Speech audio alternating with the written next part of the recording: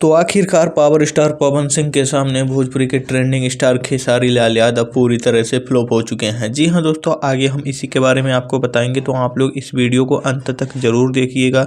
बाकी अगर आप हमारे चैनल पर नए हैं या फिर अभी तक आपने हमारे चैनल को सब्सक्राइब नहीं किया है तो प्लीज़ हमारे चैनल को सब्सक्राइब जरूर कर लें, क्योंकि ऐसे ही भोजपुरी के लेटेस्ट अपडेट की वीडियो हमारे इस चैनल पर आती है, खासकर पवन सिंह से रिलेटेड।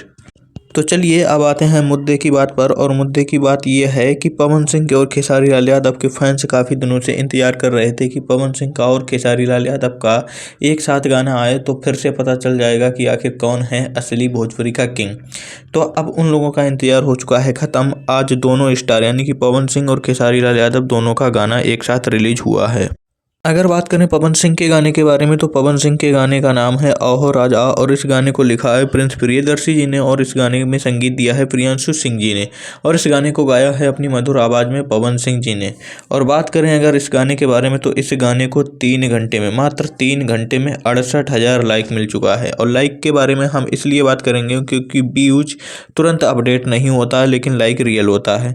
तो 3 घंटे में पवन सिंह के गाने को 68,000 लाइक मिल चुका है और 15,000 कमेंट, और ये गाना 12 नंबर ट्रेंडिंग में भी आ चुका है। और बात करें इस गाने के टीजर के बारे में, तो इस गाने का टीजर भी 18 नंबर पर ट्रेंड कर रहा है।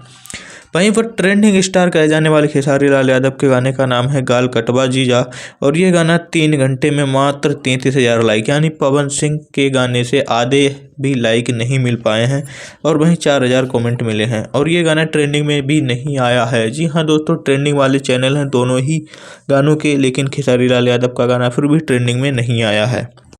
तो बस यही था कुछ अपडेट, मैं सोचा आप लोगों को बता दूं। बस वीडियो पसंद नहीं हो तो वीडियो को लाइक करो।